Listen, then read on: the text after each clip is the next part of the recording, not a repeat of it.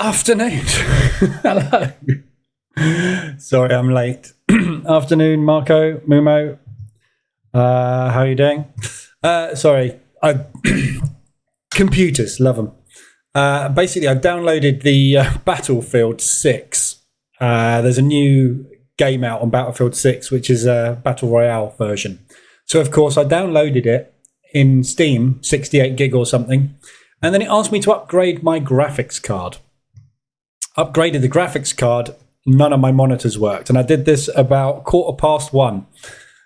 So I had to reboot my PC, and I've had to roll back my graphics card drivers to the last version, and nothing worked. MT5 didn't work either. It all went completely mad. So that's something for me to test another day.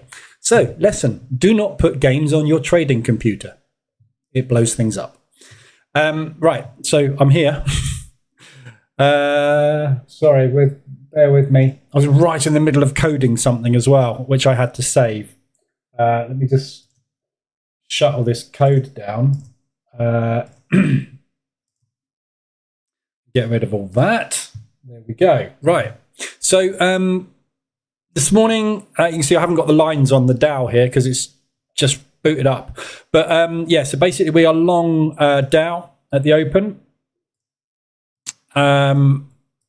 No trades on gold, no trades on the Nasdaq at the moment either, and just taking a short on DAX. So I closed out. I posted this in Discord this morning. I closed out the DAX. We basically are just going into rotation today. So I closed it out at the highs, which was exactly the right call, and we've now flipped short on the DAX there as well. So we'll see if we get any downward momentum on there, but we're out long on the Dow, which is good. Let me where are we? So I'm just testing, in the middle of testing EAs and things as well. So just shut that down. I'll cover that in a minute. ADRs today, there's quite a few to look at. So let's quickly look at the news first. We've got a busy old day today. It's now busy for the rest of this week. So CPI came out this morning for the Australian dollar, massively bullish. The Aussie has had movement today to the upside, as you would expect, but it's not as big as I thought it would be. So it's kind of had a spike just about to ADI. You can see the ADRs have been hit here, but not really exceeded by a massive amount. So we've had a bit of a bull move today, but nothing particularly dramatic. The Canadian dollar today has had a very big day. So we've had the pound CAD collapsing again for the second day running. So we've had a fair bit of movement. So there's quite a few of ADR reversal opportunities today. Pound odd nicely extended, looking like that's starting to reverse. You've had a reversal alert on the 5-minute time frame on that. It's actually gone. So let's look at the 15. It's probably a bit clearer. So there's your 15-minute reversal potentially going in on the pound CAD. So there's quite a few opportunities on ADRs. RSIs, look at this pound odd on the 4-hour. We covered this morning. So this morning, basically, we did in the MST Academy, we covered the elastic band theory. Mark that as watched because I've done that. So this is a prime example, basically, of what we were talking about this morning, this pound odd. It's very rare we get down below the 10 level. We're sitting at 9.97 right now on the pound odd. The last close reading was 8.02. Anything below 10 on an RSI or above 90 on an RSI 10 on the 4-hour or the hourly, any time frame really, is an extremely stretched signal. We don't get there very often. There's one there. There's one there. I don't think that's not quite, it's probably about 15 or so, and we've got one here. Yeah, you don't get these signals very often, but when they happen, it's very rare. You do not get a profit take leg off of this because of the speed of the movement. This is basically slippage here down. Basically, the Bank of England yesterday announced that they were going to freeze at 4%, which sent the pound tumbling. Or no, what did they say? Not freeze at 4%, not at 4%. Freeze at whatever they were going to freeze at. I can't remember what it was. But so there's potential for a nice spike back up on this pound odd. Very nice trade. I'm in the pound New Zealand long at the moment. So I'm in this version of it at the minute, which is still extended as well. We're down at the 11.89 level. So yeah, I'm long on that already, but pound odd just as good, if not a little bit better. So there's quite a few extensions on the RSIs there. You got pound CAD again. All these pound pairs all coming down dramatically at the moment. They didn't like that news yesterday at all. So good extensions on all of these at the moment for mean reversion. You've got the euro pound opposite, obviously. The pound's collapsing, so euro pound upwards. That's extended now up to 12. Sorry, no. Where are we? Euro pound 87. So we're 3 away from getting the 90 level there. And then again, the 90 level, 10 level.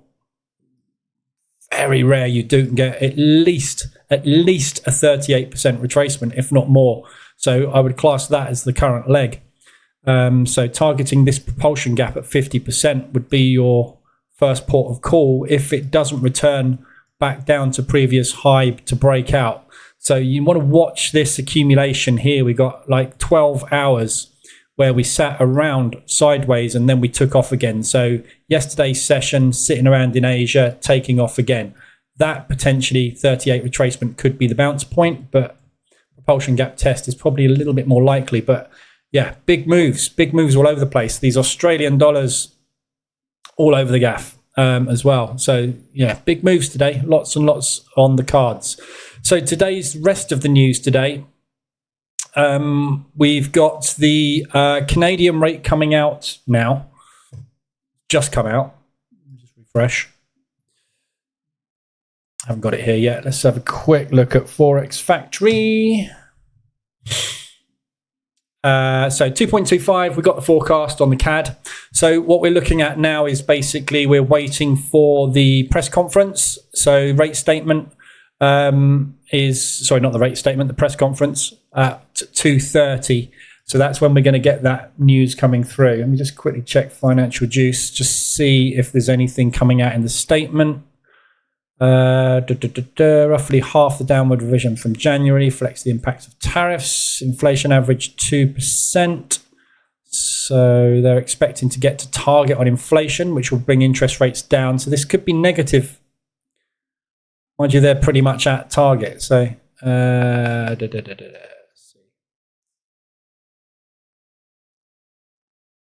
yeah, nominal rate. So, I think potentially that Canadian dollar,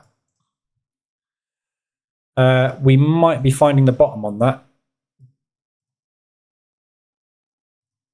So strength coming into the Canadian dollar now. We get ADRs going off, so there we go. Pound CAD Swiss 125 ADR. So yeah, this is bullish for the Canadian dollar. Basically, looks like they're going to freeze those interest rates. So that's probably it for drops now for the CAD. Interesting stuff. Okay, so coming up later today after that, we've got obviously the interest rate decision for the dollar this evening. So at 6 o'clock this evening, usually 7 o'clock. Clocks have changed. We've gone forward. Next week it'll be back again. But yeah, 6 o'clock, 4 o'clock. 4% is the forecast. Previous at 4.25. We're expecting that drop again. I don't expect we'll get anything different. So that's still very, very, very high, obviously. Look at where Canadians are now. They're down to 2.25 now. We're still way, way, way too high on that dollar. Very, very unlikely they will change. We don't get deviations from forecasts very often. Every now and again we do, but it's very, very rare. So it all depends what comes out here. So this is the most important part. The statement gives us precursors as to what might be coming up in the press conference. The rate decision, if it comes out as expected, it's no shock to the market, so you don't get any massive movement. but the press conference is where they give us the forward guidance as to what they're going to be doing next. So in here, I would expect the Bank of Canada to come out now and say we are staying at 2.25 for the rest of this year. If they come out and say anything different, we're going to see a big bullish or bearish move on the Canadian dollar. Same with the US. We're looking for what are we doing from now until December. We're expecting another drop after this one. So we're expecting to go down to 3.75 by year end. If they come out hawkish and we're like, actually, we might stay around about the 4%, we'll see a massive rally in the dollar. So be aware of that. If you've got any US dollar exposure on 6 o'clock tonight, it's all going to kick off. And then tomorrow morning, we've got the Bank of Japan. No forecast for them to change from 4.5. Again, very, very rare. This is when they actually decided to change interest rates. Yeah. So since then, they're just doing what they normally do, sticking where they are. So not expecting a massive move off of that, but just be aware of that tomorrow as well. Right. See where we're going. DAX break to the downside is working nicely, and upside break on the Dow also going pretty well. Just realized I've got a funded account I need to check because that was open and it's not now because I had to reboot my PC. Let me just quickly check and log into that because that would have triggered a Dow order. Yep, long Dow. No gold trades today. Right, there we go. Let me catch up on the chat. That was quick, wasn't it? Afternoon, Brian. DRC, hello, Johan. Pound odd, good opportunity. Yep, all the pounds. All the pounds. So pound odd specifically. So if you look at currency strength at the moment, obviously over the last hour, if we just look at the last 20 hours, in fact, let's go back a bit further, the last 100. Obviously, Canadian dollar massively strong at the moment, pound very weak at the moment. So this is obviously very extended. So there's a good chance that we're going to get a reversal on that. Retail sentiment will be buying the crap out of it, obviously. So at some point it will go, but at the moment I'll be keeping my powder dry and waiting a little bit. But yeah, loads of opportunities on all these pound pairs at the moment. The market really didn't like this yesterday. Can't remember what the news was yesterday. It was go back. Oh, here we go. Macklem's speaking already.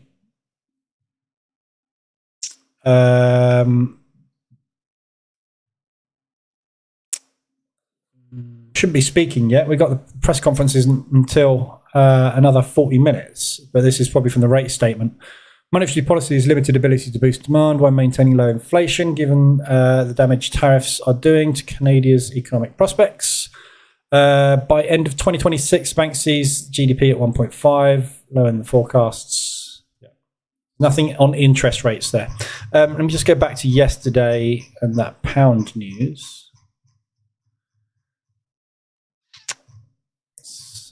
Further back.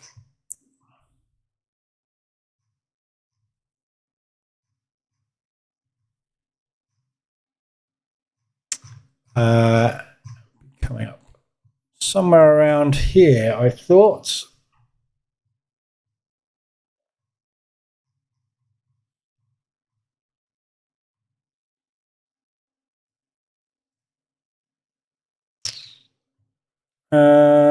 Can't remember where it was, but there was a BOE announcement. There we go. Poll BOE to hold bank rate this quarter.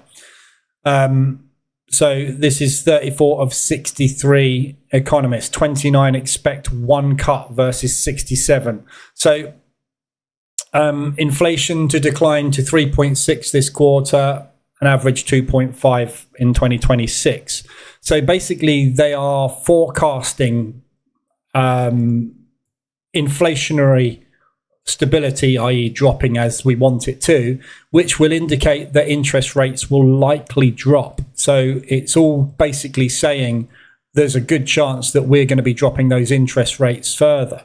So obviously the pound is reacting to that in the fact that if we're going to be dropping interest rates, you're going to pull out the pound and put it into something like the US dollar. Obviously, Australian at the moment, the inflation figures have gone through the roof. Australia is rallying, so pound odd is going to get the biggest move out of the lot.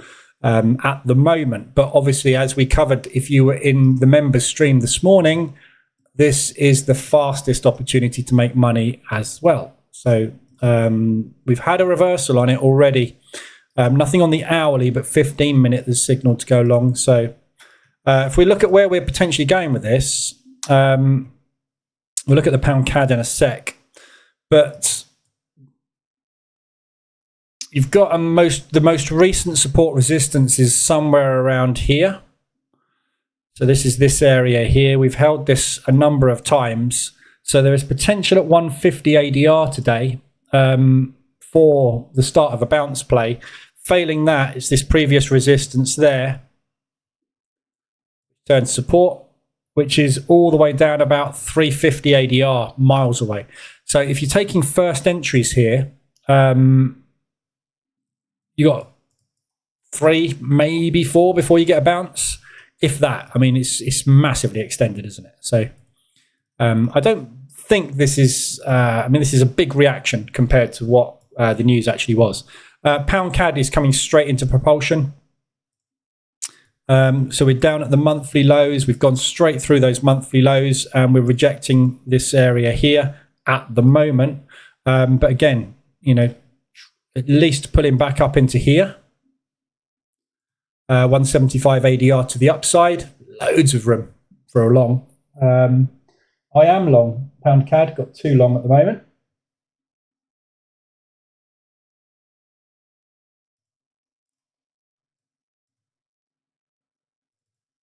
Yeah, 2 long pound CAD, 2 long pound New Zealand. Okay, Dow is nicely breaking. Right, there we go. Michael, afternoon. Brian, oh yeah, face check. What spacing are you using? Half an ADR? Yes. I think. Something like that.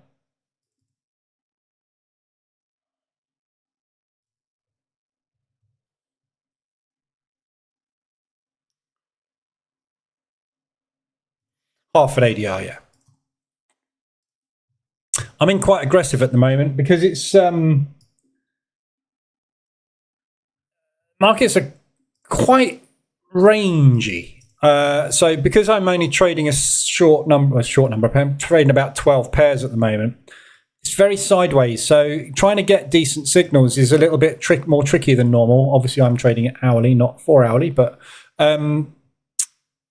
yeah, getting signals is quite tricky. So when I am getting in, I'm scaling in half an ADR between, but I do use that price has to close above option. So when I'm scaling in, the signal candle must close beyond the level. So when we're taking a trade here, for example, and the next trade is here, if the candle closes here, there's no trade. The candle has to close beyond that level. So what that means is you usually get more than half an ADR spacing. So my spacing is typically closer to 3/4 of an ADR anyway, because I need the candle to have closed beyond that level.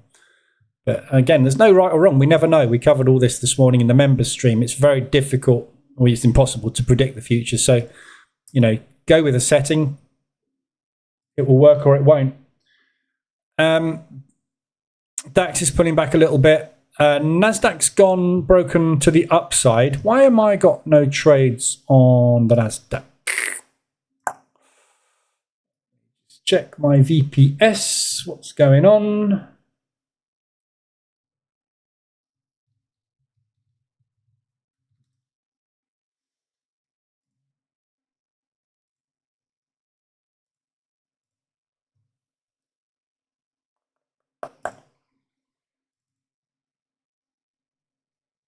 Range is no good today.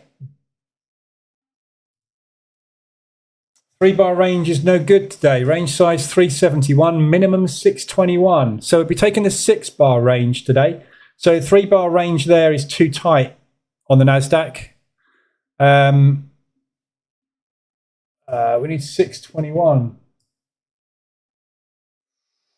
616 that is at the moment. So at the moment, there's no trade on the NAS today.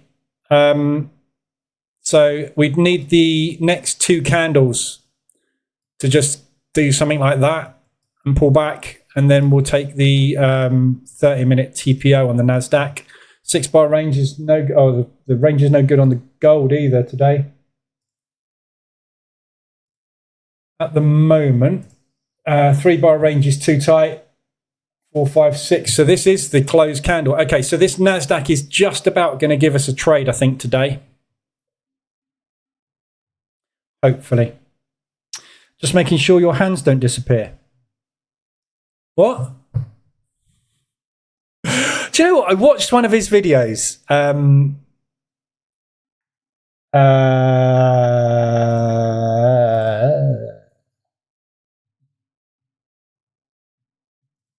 watched another one of this guy's videos, which came out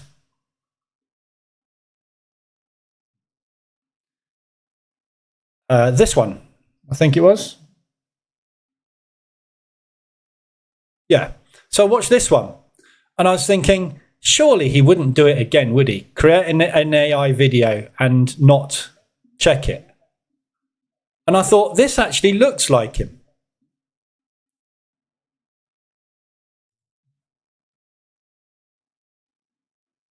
Look at his fingers merging into his hand there. And it's all out of proportion. His hands are far too big for his body. It's very clever how they get the microphone to wobble, isn't it? Look, his thumb and his... Look. I'm absolutely shocked. But he's only got 10,000 subscribers, right? With 54,000 views. Something's not right here, is it? You don't get 54,000 views with 10,000 subscribers. The maths doesn't add up. So they're buying basically views on these videos to try and make it look like they're popular, just to sell this rubbish, whatever it is they're trying to sell. But look, it's just, I don't know what this is, all this stuff he's drawing on here, but these comments as well. Look, how many comments it's got? It's all bollocks, isn't it? It's all completely artificial, the whole lot. All made up, the whole lot. Bizarre. Anyway, yeah. What can you believe these days? Everything is just smoke and mirrors out there now on YouTube. You can't believe a thing. I can't do it, obviously, because I'm real. DAX breakdown is nicely underway, on its way to partials. So that short break on the DAX. We're at the yesterday's low and Monday's low. So that's the low from Friday, which is where the partial is today. And we're through that level. So as long as this flush continues below these lows, that partial is pretty safe today. Let's have a look at the Dow. We're up into new highs on the Dow. We still haven't closed these gaps.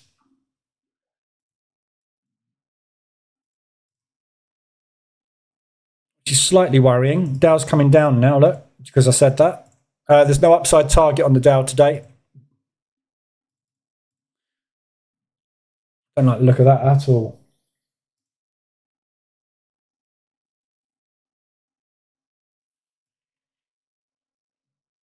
That's a very big rejection. The fact that the DAX is coming down really, really hard. We've just taken that high out and we're rejecting. This is basically a 3-bar reversal potentially going in here. We've got that big, strong push to the upside, 2 inside bar rejection. If that next bar drops, that thing's coming flushing back down again. So just going to break even that just in case that happens, because there's no upside targets to look for today on the Dow. We're up in the sky. There's absolutely no way to tell where this is going to stop today. So you just got to be careful with longs, because obviously it's testing new territory it's not been at before. Look at that for a 3-bar reversal. If that closes below that low, I think that's an upside rejection. Failed auction to the upside today, and we might come crashing back down again. Nasdaq, no trade on the Nasdaq today. 6-bar range, no good. Basically, the 6-bar range on the Nasdaq was a failure today, not because of size. The range size was 644. The minimum range for me at 15% is 621, but we closed exactly on the high. So the EA rejects orders if it closes at the high because of the spread. And usually if it's fast, if it's moving like that and it closes at the high, the chances are when the next candle opens, it will gap up or it will just go parabolic straight up, which means you get left with a limit order. So the EA doesn't take those trades. Dow looks like it's holding. Nasdaq's rejecting very, very strongly as well. We are holding on the Dow, but I'm not sure that's going to hold. No trade on gold either. So, meh today, isn't it? A little bit meh. Blue sky breakout. Hopefully the candles won't disappear. Then we would have a problem, yeah. Right, so watch this. We've got this little propulsion gap here. Which, if this is going to be a run on the highs, run on all-time highs on the Dow, I wouldn't want to see that break. If that propulsion move to the upside fails, it's probably going to reject today. Nasdaq's struggling as well, and DAX is dropping. So it looks like there's a lot of weight down on the indices today, but it's holding up at the minute. Afternoon ploughman. So plenty of opportunities on RSIs at the minute. All good. So just a quick update on something I'm working on, which is something that I've been wanting to do for ages, and I haven't actually managed to get round to it. So it's with the trade portfolio dashboard. So this is more relevant for those that position trade than anybody trading indices or anything. But what I've done is, or what I am doing is, I'm working on a mechanism to do drawdown control within the trade portfolio dash. So basically it's auto close settings. So basically the logic is that we can have a setting which closes either at a monetary amount or a percentage balance when the total account hits a level. Yeah, so you can set an amount or a percentage so that if your entire portfolio hits it, it just liquidates all trades, closes you down and goes, brilliant, done. Yeah. There's an auto close single symbol, which works exactly the same way, which means that if this total here on one individual symbol is percentage or monetary amount, it will close that whole symbol out for you in one go. And then the other option is here, which is this part, which is auto close trade pairs, which basically is drawdown control. So this is automated DD control. And the way that this works is you can set either a monetary amount or a percentage in the same way as you can with the ones above. But what it will do is it will look to close out that amount of money or that percentage using one profitable trade and one trade in drawdown. Okay, so what you can do, if I just move this out of the way so we can actually see over here, you have to put it there. So what it will do is it will look at trades in profit. I haven't got any trades in profit on this at the moment. This is just doing, it's on a test, just running. Let me stick it up there actually, and then we can look at it. That's better. So yeah, so what it does is it looks for a trade, the most recent trades, or any trade basically that is profitable. And if it's profitable above the minimum amount you set, it goes into an algorithm which basically says, okay, I've got £30 or $30 worth of profit here. I'm going to use this profit to close out some drawdown control. So the first thing it looks for is the black box. Have we got any trades that are negative? So it has to be a negative trade in drawdown that will improve our average price. So it will only look at trades which are in negative numbers and will improve your average price. You can set a minimum open trades on a symbol. So for example, we have a trade there in negative, but there's only one position. Now there's two because it's just taken another one. Okay, and that one is going to improve the average price of the Euro New Zealand. So if there's two trades on and it's in drawdown and it will improve the average price, it will consider it as a candidate for drawdown control. Yeah. It will close out a percentage of these orders that you can set. So I want to close out 25% of the order. You can set that to 50. And what it will do is it will close that whole one. And then it will use 50% of the profit to close this out. Yeah. So basically it's doing automated DD control, and you can set it to look for either the largest lot size first or the largest loss first. So it will either focus its attention on reducing your overall lot size exposure, or it will focus on reducing your overall monetary loss exposure. And you can have the drawdown scope to work on any symbol or individual symbols. Yeah. So basically you can say same symbol only or any symbol. And what that would do is if it's set to same symbol, it will only do drawdown control on its own symbol. So if this one was to hit $50, for example, it would go and look at these open trades and anything that's in drawdown and can improve price. It will say, if I shut 50% of that out or 25% of that out, can I close this and that and bank $50 or $30 and reduce my loss? Yeah. So it does the drawdown control automatically for you. If you set it on any symbol and this gets to $50 or whatever it is, it will then go and look through every single trade that is in drawdown. If it will improve the average price of that individual symbol and try and close anything out for you on any symbol, either in lot size or in monetary drawdown. Yeah.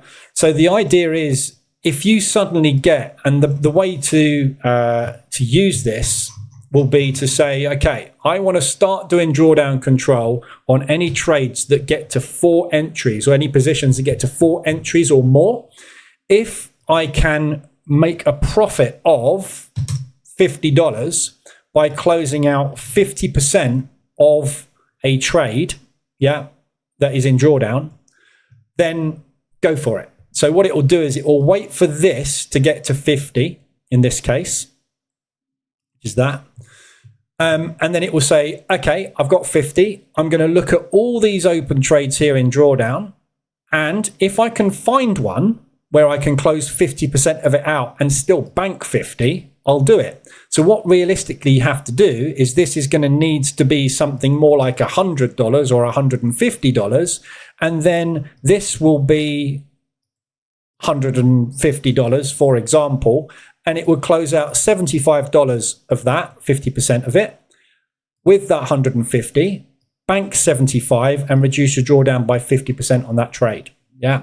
So it's a way of basically doing automated DD control. You can set it up if you wanted to have that at 100%, which means that what it will do is if this gets to 2 times the drawdown of any trade that you currently have open that would increase your average price, it will close all of that trade and all of that trade, or that one, or that one, or whatever, depending on how you set it, largest lot first or whatever you want to do. So that's probably the way that I would like to personally use this, because what I like to do is when I've got something that's in a nice profit, let's say 200, for example, here, and I've got something over here that is $68, for example, I'd like to shut that and that. So get rid of an entire trade. As long as it's going to improve my average price, that's all I'm interested in. I'm not interested in making myself worse. I'm interested in making myself better. So that's what it's doing at the moment. So I'm testing it all out at the moment just to make sure all of the functionality works. I haven't got anything in profit, so I can't really show you anything working live. But so yeah, so that's just running on a 1 minute chart at the moment. It's basically just taking trades when it gets to 60-40 RSI with the position trader EA just to get just dumping a load of orders in the market. But you can see it's been working away all day and it's banked 2.5% today. Just sitting there, just basically anything that gets into profit, it goes, can I shut half of this or quarter of this or whatever of this and bank some cash? Yes, do it. It just does it. Obviously, it's taking nonsense trades, so it's not going to be making proper money, but would be nice. But yeah, anyway, so that's that. I'm still working on it. The logic is incredibly complex. So I need to make sure it works. And this is MT4 only at the moment, so I need to code it for MT5 as well. But yeah, it's something that I wanted to do. This is the whole reason I built this dashboard, was to do automation. And I never got round to the automation part of it. I just got round to the manual part of it. So that's the next phase. And there's a couple of other variations of DD control that I would like to include in there as well. But the problem is, obviously, the more complex the logic gets, the more bugs you can whittle in. So we'll see how we get on with it. But yeah, that's what I've been working on today. And then my computer decided to go mad. So all good fun. Going to stop out a break even on the Dow. So I really don't like the look of this Dow today. I might be doing the wrong thing here, but I'm always wary at all-time highs when we start to do a fairly strong rejection. This could well just pull back and continue, and if it does, fine, but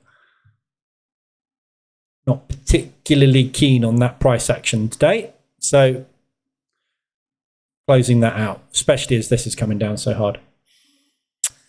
Can the DD control be used with FIFO? I don't know. No idea.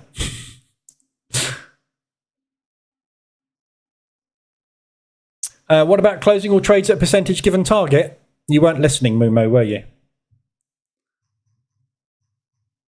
So auto close all trades, profit percentage of balance. So if you set that to 1 in there, when that gets to 1, it will close everything.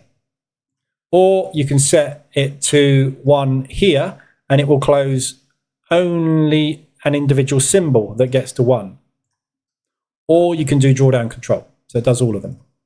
But it will not stop your EA trading. Okay, so this is the trade portfolio dashboard. It manages your trades for you. If you have an EA running somewhere that's taking all of these trades like I have, I've got the position trader EA running on a VPS taking all these trades.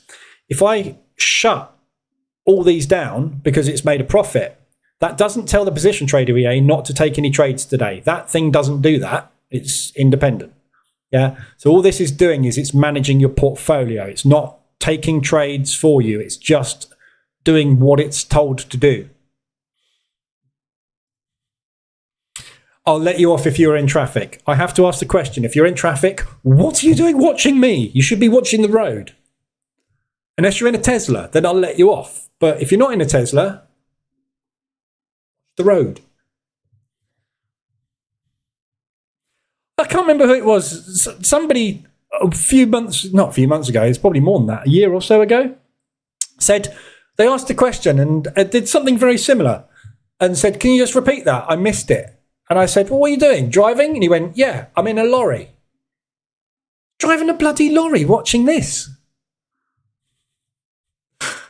Seriously. If you're in London, the traffic isn't flowing. That is true. If you're in London, yeah, you're basically in a car park, aren't you?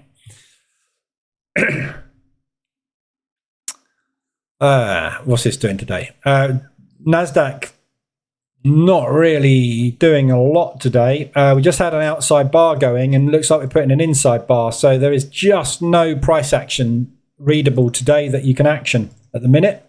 So from the open, basically we've pushed up, we've gone outside bar, then we put in a small lower low, lower high, then we've gone outside bar, and now we're going inside bar. Absolute nonsense. So don't forget, today is FOMC day, right? So the market is going to be sitting there today going, I'm not really interested in doing much, because we do not know if the dollar is going to be cheaper or more expensive later on. Yeah. So they could well come out and go, do you know what? We're going to go 3.75. Goodbye dollar. They might come out and go, do you know what? We're not going to drop to 4. Off you go, dollar. Yeah. So the market's probably going to sit around on stocks today doing this, because there's no point in buying stocks if the dollar's going to be cheaper later, because you would get a better price for them after 6 o'clock tonight. There's no point in selling all your stocks off today, because if the dollar goes up today, you sell them after 6 o'clock tonight.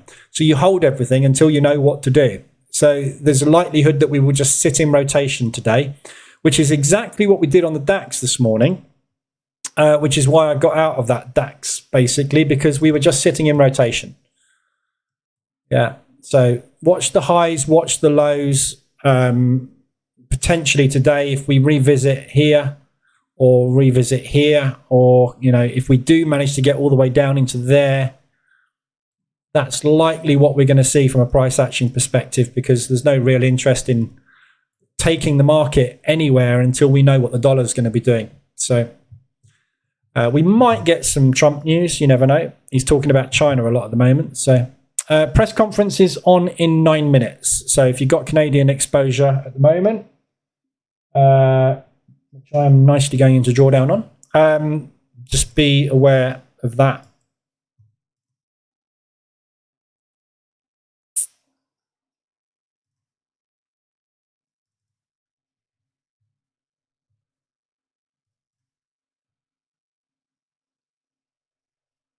My average is here at 175 ADR.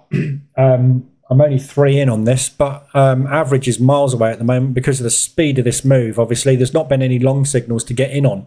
So the long signals I have got in are actually way more. That's a good example, actually, of what we're talking about. So ADR is 106.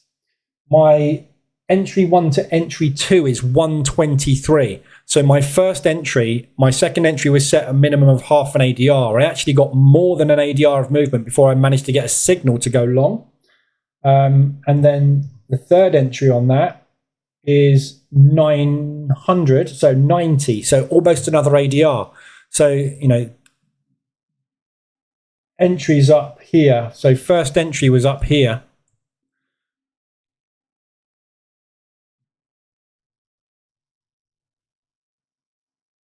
Sorry, first entry was all the way back there. Blimey. Yeah, first entry was there. Yeah. Sat around for 3 days. Second entry went in here because of that parabolic move. There was no buy signals whatsoever. So that's average, half an ADR average, just to get to break even on that first one. The third trade literally went in off of ADR today. So difficult starting position on that one, but nice level. Okay, Dow's holding.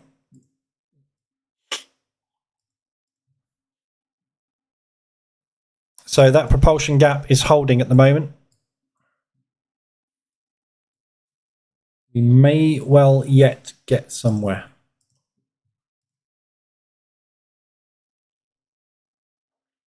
Anybody got any other pairs they want to look at all? Let me know. Gold we looked at this morning in the members stream, talking about elastic band theory and how it snaps. We've done a very decent retracement now on this all-time record-breaking move. So we've got our 38 retracement, very, very close to the 50. So that leg, which is the break of that high. So this is the low before the break of the high. So that's your propulsion leg up. We've done a 38 retracement stroke 50. So that would have been your profit target, almost hit, but your 38 definitely. Obviously, we've got extended again now. So question is, are we going to see that weakening dollar off the back of FOMC? And if so, we could well be back up here. I'd be very surprised if we're back up there today. But, you know, if that dollar weakens over the next couple of days, we're going to be heading back up there some point next week, potentially. But if they're going to weaken the dollar and they're going to announce interest rate drops, which we're expecting before the end of this year, we'll be looking at the 61.8 area, and then obviously potentially a return to origin on this, but a long way to go. Very difficult to play these sorts of trades. We've never had a move like this on gold ever, you know, so this is record breaking. So what do you do with the same with COVID? What do you do with COVID? Don't know, never seen it. What do you do with the Swiss franc peg removal? Don't know, never seen it. What do you do with a gold move like this? Never seen it. Yeah, it's all brand new, isn't it? So you just got to wade through it as best you can. But very, very big move. Pound odd, we've already looked at pound odd, but nicely extended. Very nicely extended. So I'm long this. Pretty much, I'm long pound New Zealand, which is the same thing. So looking for a push up into that area there. So this is the propulsion move here that broke these lows. So if we're going to retest and continuation market structure short, that's what you'd be looking at, which is that's actually only a 23 retracement. It's very shallow. 38 is up here, so somewhere around there you're looking, it's actually a little bit more than 23, but that's where I'd be looking at for a target to the upside.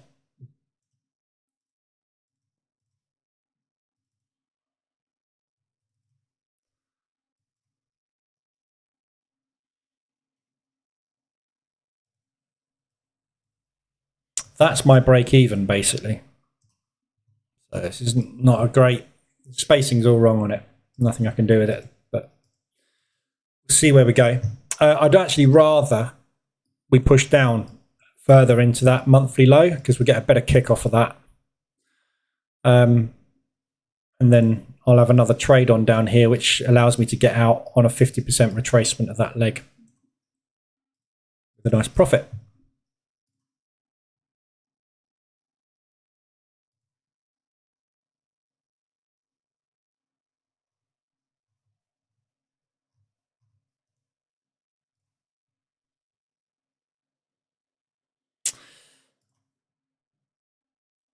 Okay, so we're holding on the Dow. That's good. So nice bullish move there on the Dow, taking out that last 15 minutes. So that's a bullish engulfing on the 15-minute time frame.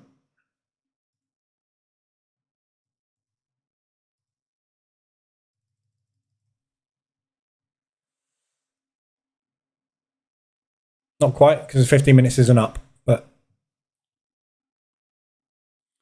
2 minutes. Just engulfed those previous 5-minute candles.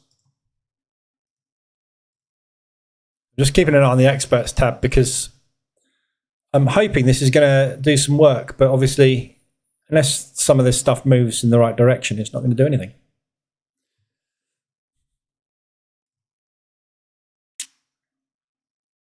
So nothing on the NASDAQ today. So just quickly looking at the Fed rates. So from a news trading perspective, good opportunity this evening for obviously these. The standard deviation from, or rather differential from norms is 0. Yeah, because we normally get the forecast. Yeah, so it's very rare that the actual is not the forecast. So you can see obviously the movement on the chart here when we get those news events coming in.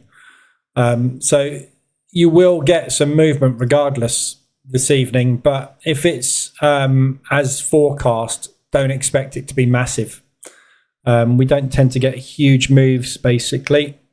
There's one decent one there, but very hard to trade the Fed rate because the market is always expecting it. So it's already pre sort of planned as a move. But there's your hourly move on it. You can see you just don't really get a lot out of it, unfortunately. If you get something non-forecast, obviously, yeah, you're going to get a serious move, but we don't, because the Fed doesn't really pull punches anymore. It just does exactly what it says on the tin, doesn't it? So I wouldn't expect anything particularly exciting today. But you never know. Mr. Trump's in charge, so anything can happen.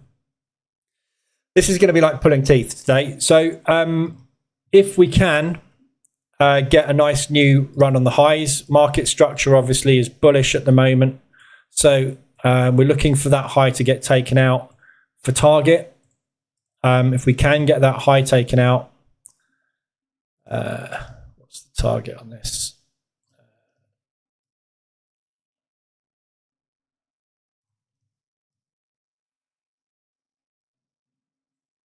Yeah, so my target is about 48,177. So if we get a second leg up on this, that's where I'll take a partial. But I just get this feeling we might have already put the high of the day in today. FOMC. Right, I will leave it there today. There's not a lot else really to discuss today. It's all a bit sideways because of what's going on with the FOMC stuff this evening. There we go. So there's the logs. So we've got something there that's 20. That Swiss yen is over 20. So what the logs basically are doing, you can see what the EA is doing. Oh, we've closed a partial. There we go. There we go. So what we did there was the Swiss yen and another Swiss yen were able to be closed out in profit. So we asked it to close out 20%, and we asked it to close out minimum 25% or 25% of a losing trade. So what it did on the Swiss yen was it had something in $20 of profit, and then it found something that it could close out 25% of it of and still give us $20 worth of profit. So we closed out 22.53, and we did a little bit of partial drawdown control. Yeah. This is obviously extreme. You wouldn't do that in the real world. There's absolutely no point, because it's just shutting orders for the sake of shutting orders. So you would normally have that set. You don't do drawdown control until you've got at least 3 or 4 trades on, if not more. So normally it would be set to something like that. And you would want to shut 50% of a trade out, and you're going to need a decent amount of profit, aren't you? Depending on the account size. I mean, something like this, you could even want 150, 200. So that's what it would normally be looking at doing. Obviously, this is just trying to, I'm making sure the logic works. There goes another one there. So the Euro Swiss, it shut that out completely. So we had a Euro Swiss profit trade. It found a Euro New Zealand trade that it could close out 25% of and still bank $20 profit. So we've said we want $20 profit always. So when you get a trade in profit, if you can shut it out and give me $20 by closing out, in this case, 25% of something else, do it. Yeah, so we're reducing our overall lot size and exposure on trades that aren't working, and we're banking trades that are working, sticking them up there and controlling the drawdown. Obviously, you wouldn't use these settings because they're just going to start shutting out tiny little bits of trades which aren't going to help you in the long run. You're looking to shut these stuff out. Yeah, you want to shut out big stuff. Yeah. So the way that I would use this, whether I will use this, is exactly the way that I do it. So, for example, if this was my portfolio, I'm looking at what have I got here. Yeah, so I want to shut half of these out, ideally at a time.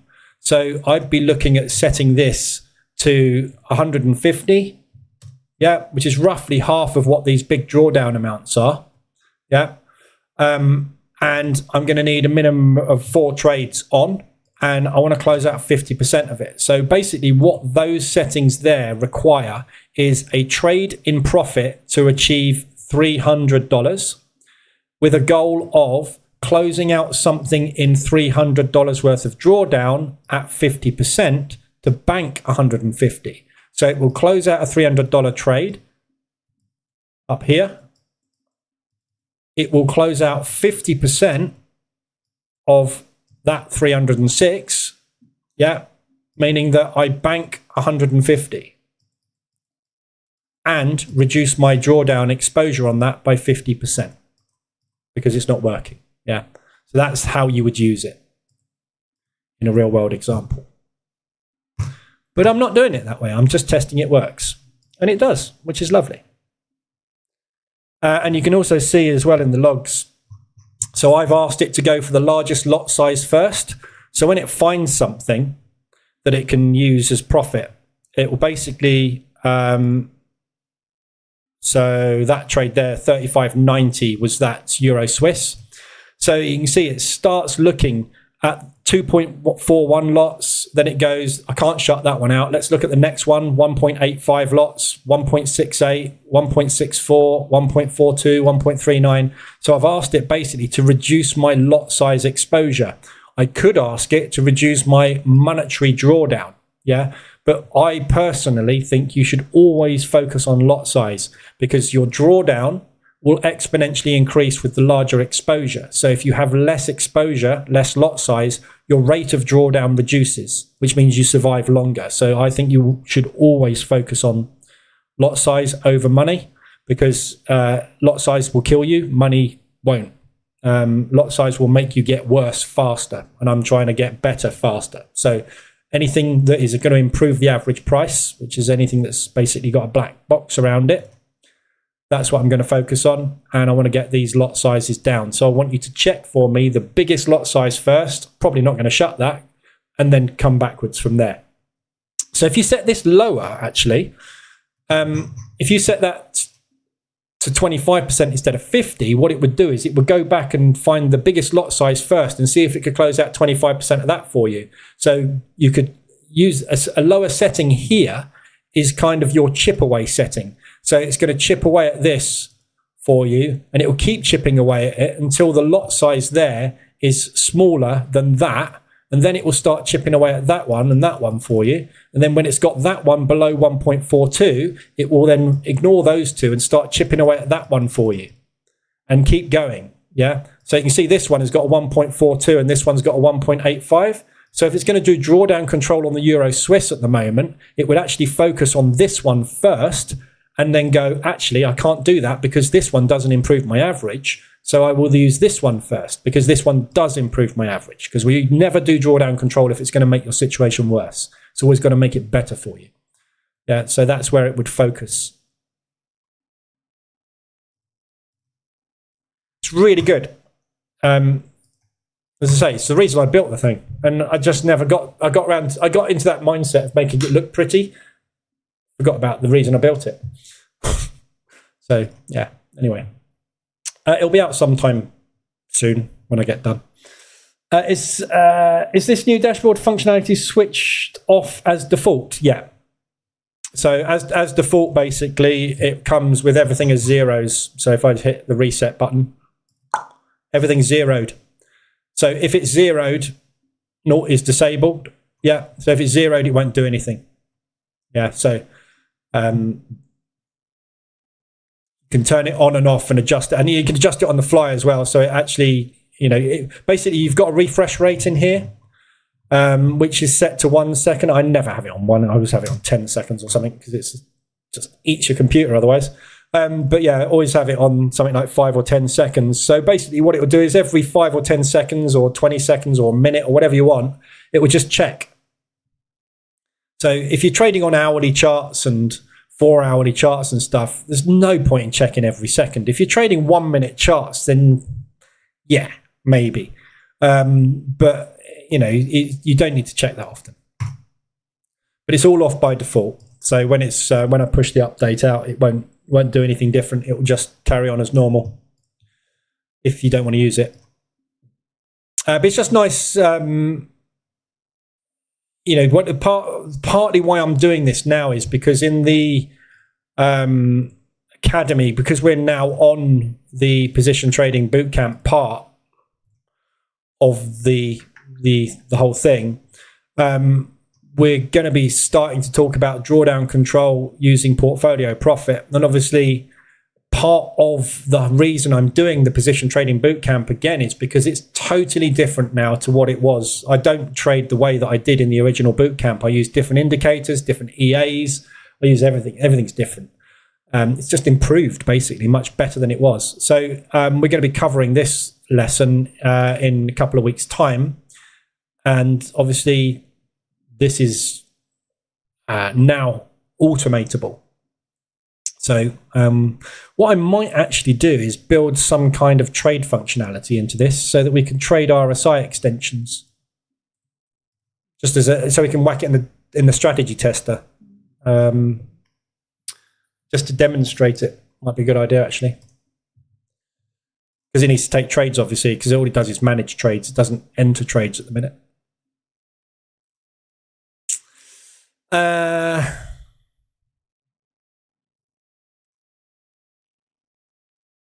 Stuck.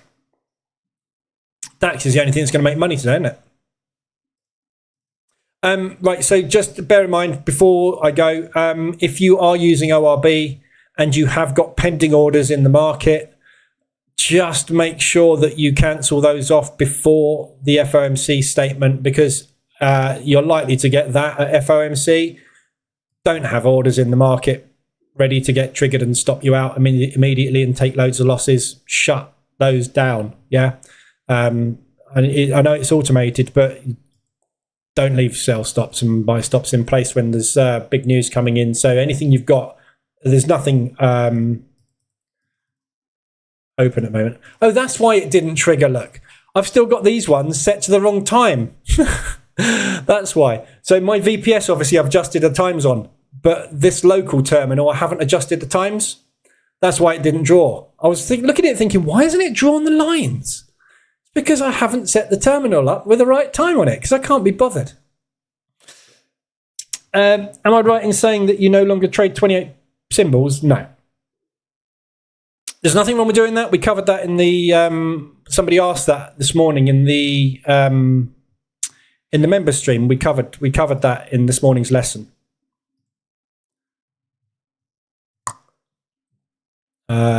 So yeah, I don't. I trade correlation. So I'm focused on making sure that I'm not correlated.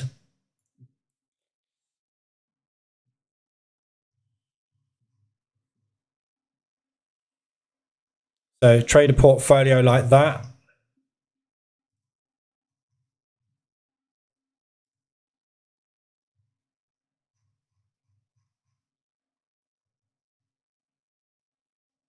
Okay, so that's a good portfolio to trade.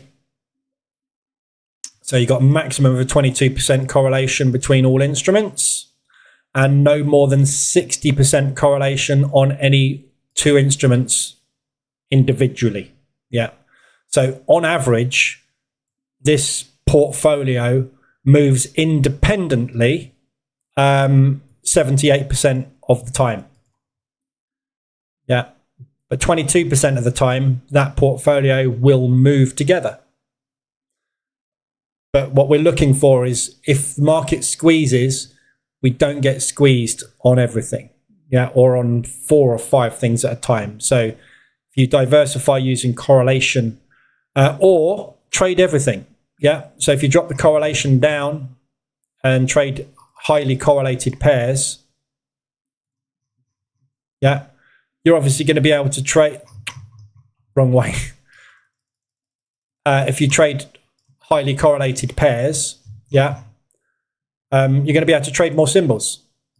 Yeah, so if you're happy for things to be 85% correlated, i.e. they move together virtually all the time, you can trade as much as you like, but drop your risk.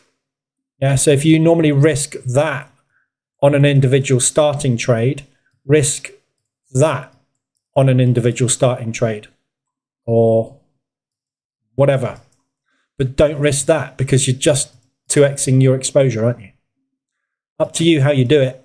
I have my fingers in many pies, different strategies running. So for me personally, I prefer to run a lower correlated portfolio because, I mean, at the moment I've got 3 trades on. That's it. I've got 3 positions open at the moment because I'm only trading 12 symbols. I'm trading 12, not actually I'm not now. I'm trading 11 now because I removed gold. Again, it's obviously as soon as I started trading gold again, it had its largest parabolic run of all time. I'm not doing it anymore. It's like magic. Whenever I dip my finger in gold or oil, instantly it goes into a squeeze. So, and I say it every time. I've said it for 5 years. If you go back 5 years worth of YouTube streams, go back and look at them all if you want to. Take you a long time, but have a look. I mention this over and over again. It's something that kills my portfolio, and it's something that I've never made money on long term. And every time I touch it, it looks like it might work, and then it kills me. And it did exactly the same there. I got into a huge squeeze. I've made nice profit. I made 6% out of it. Well, not actually that, because I took some drawdown control off. I made about 3.5. But it was painful for weeks. Not interested. So I've taken it out of my portfolio. So metals. So I'm just trading forex and indices, excluding the yen, with a maximum 60% correlation. That's my basket. And I'm long only indices. Yeah, so don't trade short indices, only long.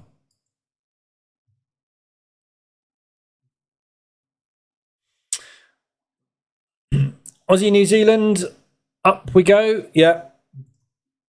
At the moment, well, I don't know, not yet. Today, you're about to get a 4-hour reversal alert. You've already had an hourly reverse. Oh, no, you haven't actually. You're just about to get it now. Look, there you go. 13 minutes. Yeah, there's your... That's a really bad drawing, isn't it? God. I can't draw. Lost the ability to draw. There's your reverse alert on the hourly. Yeah. That is not a bad reaction at all, Aussie, New Zealand, is it? Because it's a new spike that didn't hit ADR and has accumulated for the last 12 hours. That's not bullish at all. You look at the rest of the Aussie pairs. Yeah. Return to origin. Yeah. So the market is not bullish. Swiss franc is weak at the moment, and so is the yen. So those two you can't really take into account. But yeah, look, it's not bullish. It's a bullish reaction. Yeah, but the market is stretched to hell. The Australian dollar is massively overstretched. It needs to breathe for a little bit. So I'm not convinced that you're not going to get a triple top rejection here. And if you break that low, yeah, you'll be down there. If it wants to go long, fine, but that needs to retrace. It's tired. That's why it's not able to make. If this news today, yeah, it was bullish. Look, very bullish. Yeah. So not only you look at normal CPIs, right? Any CPI figure that you get that has a differential that large. Look what the differential is on average. Yeah. The average differential is 0.21. Yeah, you got a 0.4, huge. Average differential 0.13. You got a 0.2, huge. Yeah. don't really pay any attention to the trimmed median, but you got a 0.2 and the average is 0.1. So all three of those, very bullish, above standard deviations, huge moves you would normally get. What did you get? Not even an ADR. Yeah, this is exhausted. Yeah, they just haven't got, and there's no one else selling up here. There's just no interest. Yeah, so this I can see coming all the way back. Worst case scenario, if you're in this deep, this is aggressive drawdown control territory.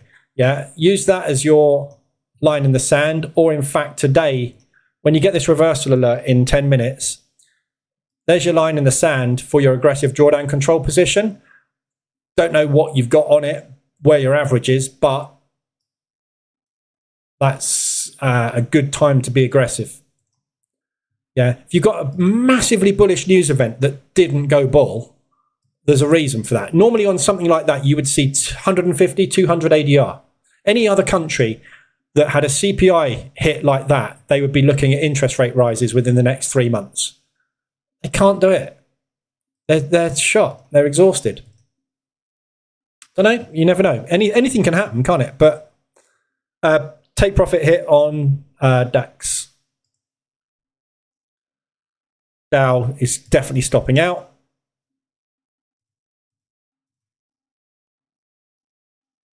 Flat.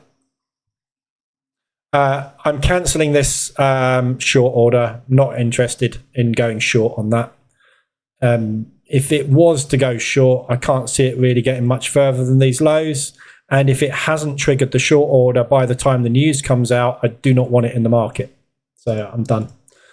DAX has paid me nicely today. So thank you, DAX.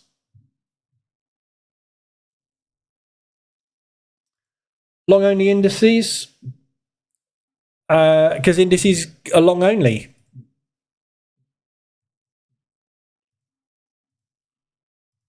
Look at indices. What do they do? What do all the indices do all the time? Would you rather short it or long it?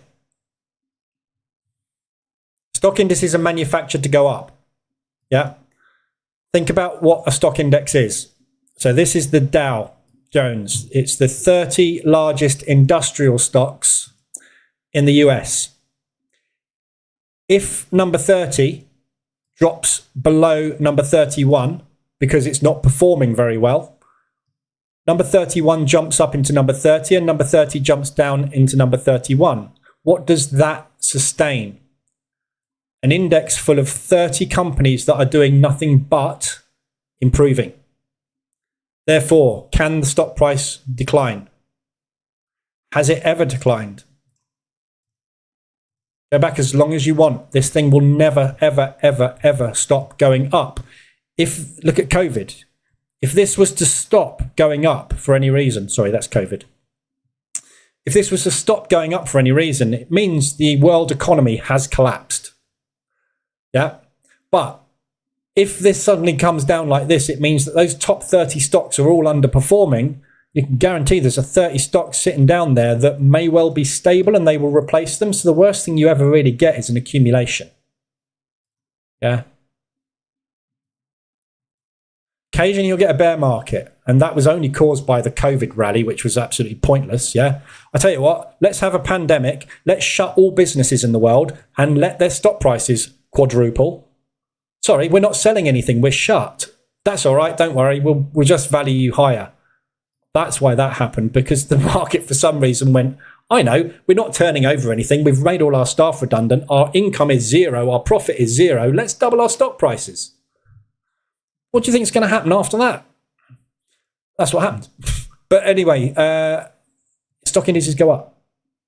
Yeah, all of them.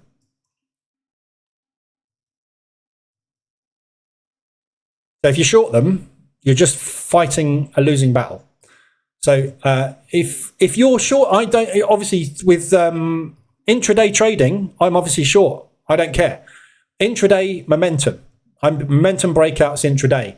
Long term position trading is swing trading. Yeah.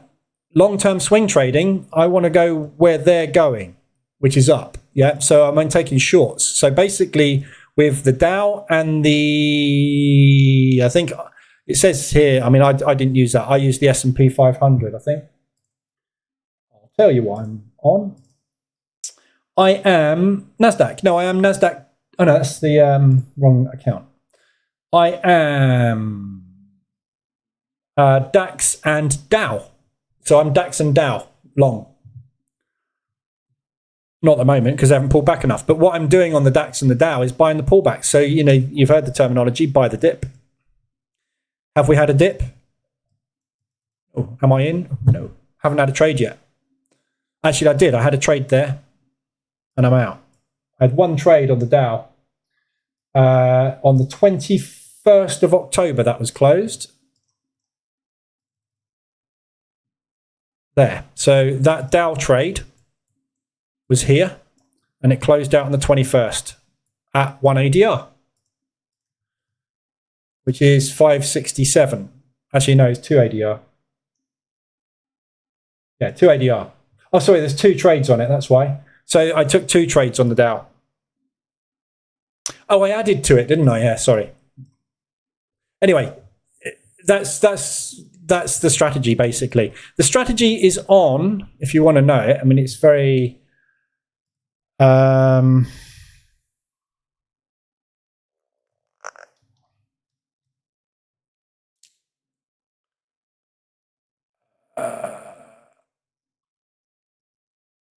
it's hidden away.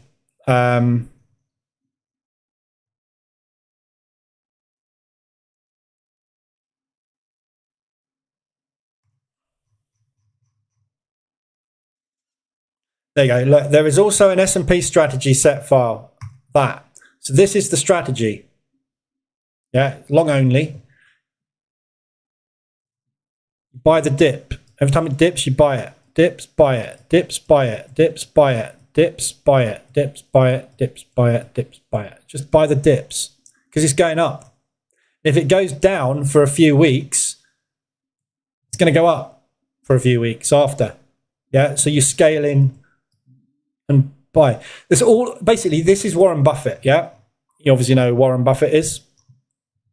That's his strategy. Yeah, it's where the buy the dip comes from. Okay. All it is, very, very simple. That's the dip I bought. No, it's not. That's the dip I bought. Out. You could have bought that one as well if you wanted to. Doesn't matter how many dips you get, buy them. Just buy them. Buy every dip you get.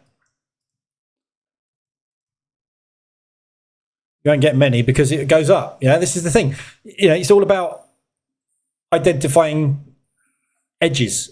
There is an edge in all indexes, and the edge is that. Intraday, there is an edge in all indexes, and the edge is that. Yeah, 930 US, it goes parabolic. That's the edge. The edge long-term in stock indices is direction. The edge short-term in stock indices is momentum. All you're doing with an edge is you're exploiting a repeating set of patterns. Yeah, that is the pattern in the S&P 500, the Dow, the NASDAQ, and the DAX. You can short it, but look how hard it is to short it.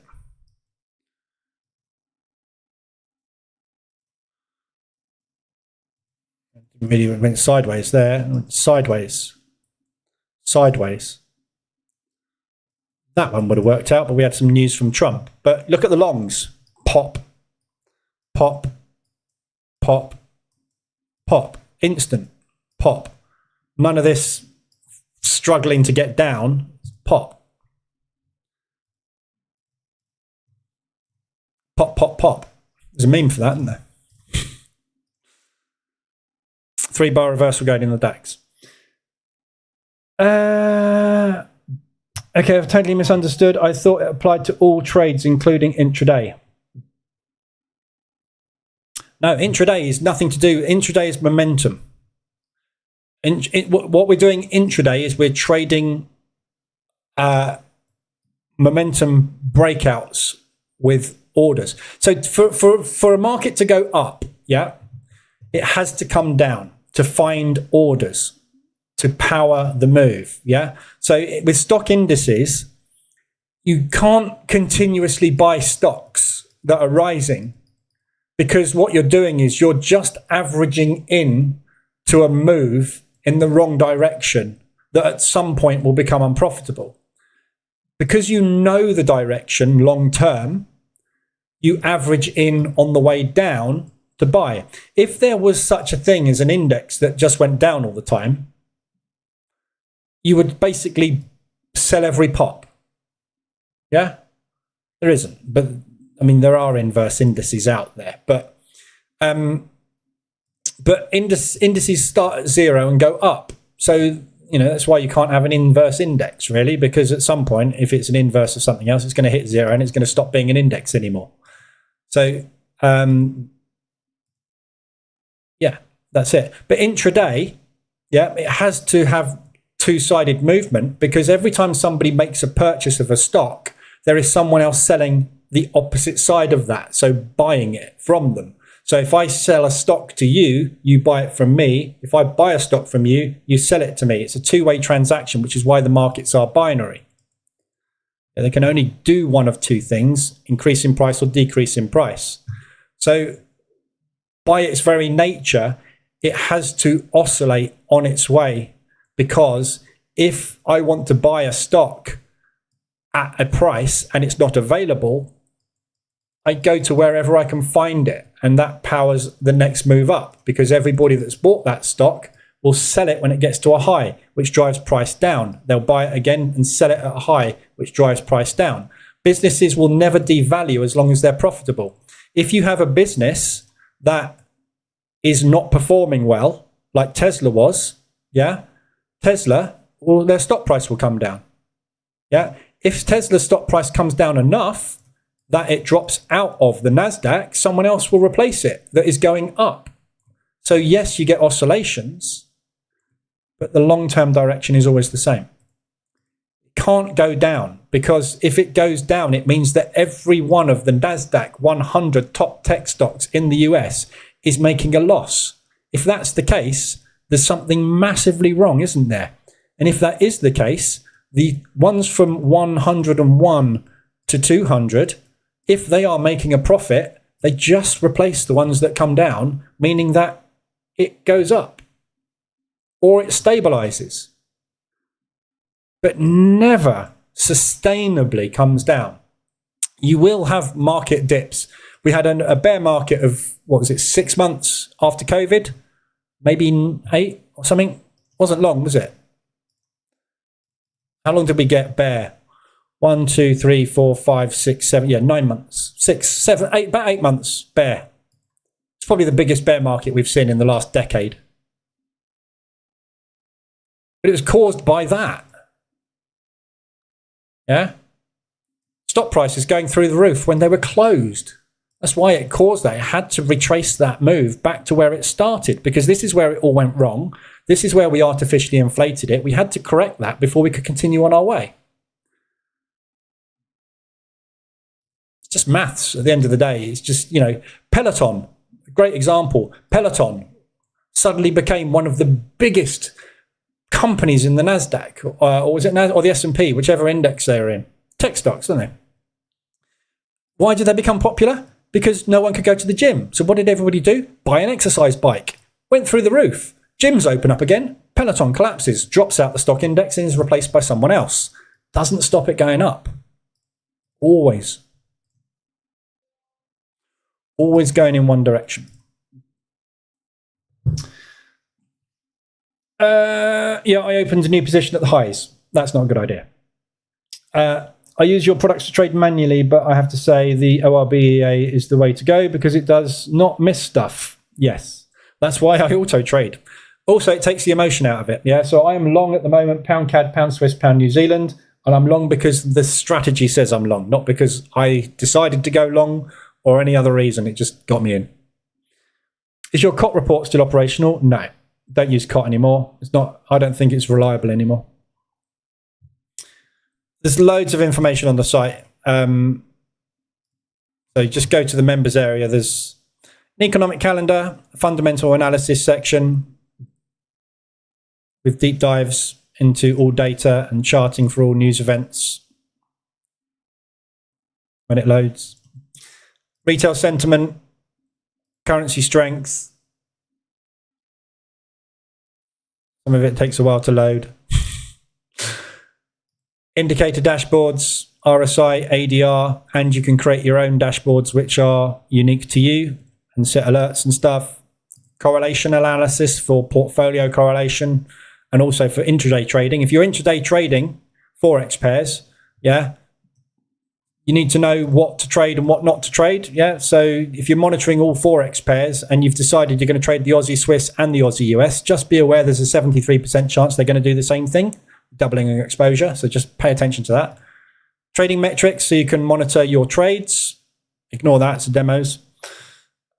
Would be nice. Well, it wouldn't be nice, would it? Because that one went down. Risk reward calculator and a prop firm evaluation planner. EA builder, indicator builder, and obviously all the education. But I don't use COT anymore because COT is very long-term, and it was part of my fundamental analysis scorecarding system. But COT was kind of wasn't a main driver. It's a bird's eye view. I'm not interested in bird's eye views because I'm not an investor, so I don't really use it anymore. The best thing you can use short term is this. This is basically short term COT. This is much better, in my opinion.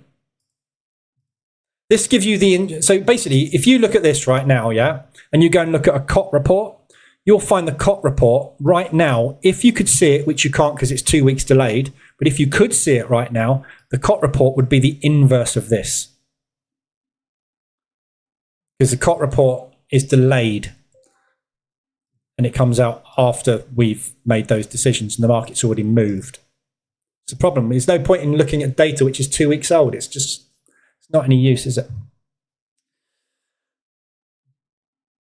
Is gold available on the dashboard? Some of it. Indicator dashboards, gold is available on.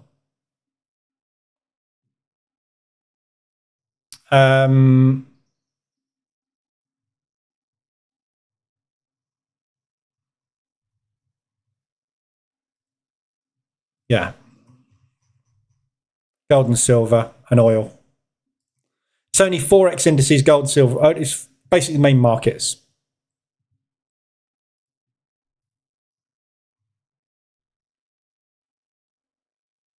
How much is monthly subscription? It's free. It's free. Most of it's free. Go and look at it. It's all there. You have to pay for some of it. The stuff that costs me money, basically. So anything that is high intensity server-wise or requires AI,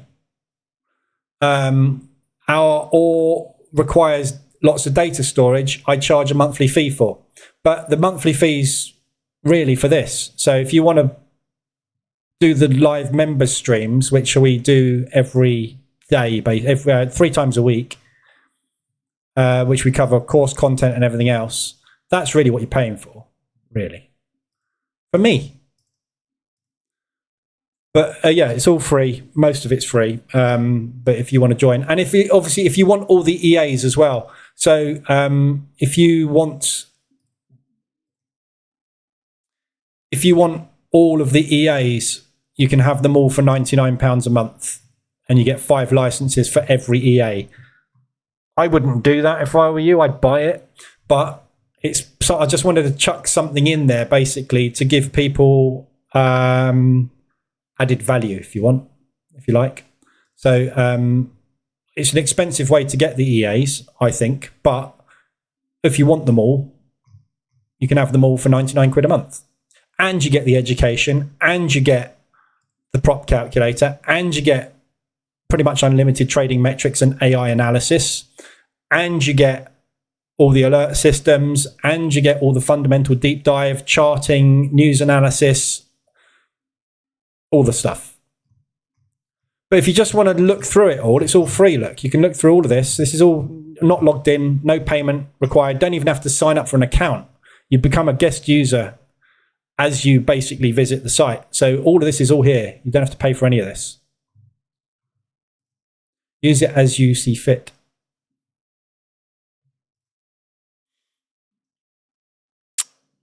And look at that, as if by magic, my bot is advertising to you. It knows. God, that was clever, wasn't it? Right, I'm going to leave it there. I'm done. So anything you need, let me know. I'll be in Discord or Telegram. Looks like I'm going to stop out on the DAX second part. Maybe, might continue, you never know, but I'm going to stop out on the second part. That makes me flat on everything for FOMC, which is nice, with profit in the bank. So I'll be back on Friday afternoon. We'll trade same session. Back Friday morning for members. Members session on Friday is planning your position. So we're in the position trading bootcamp at the moment. So planning your position is what we're going to be doing on Friday. Okay. And obviously, if you want to watch the rest of it, it's all there on replay, everything that we've done so far. So I will be back Friday. See you then. Anything else you need, let me know. Otherwise, have a good day.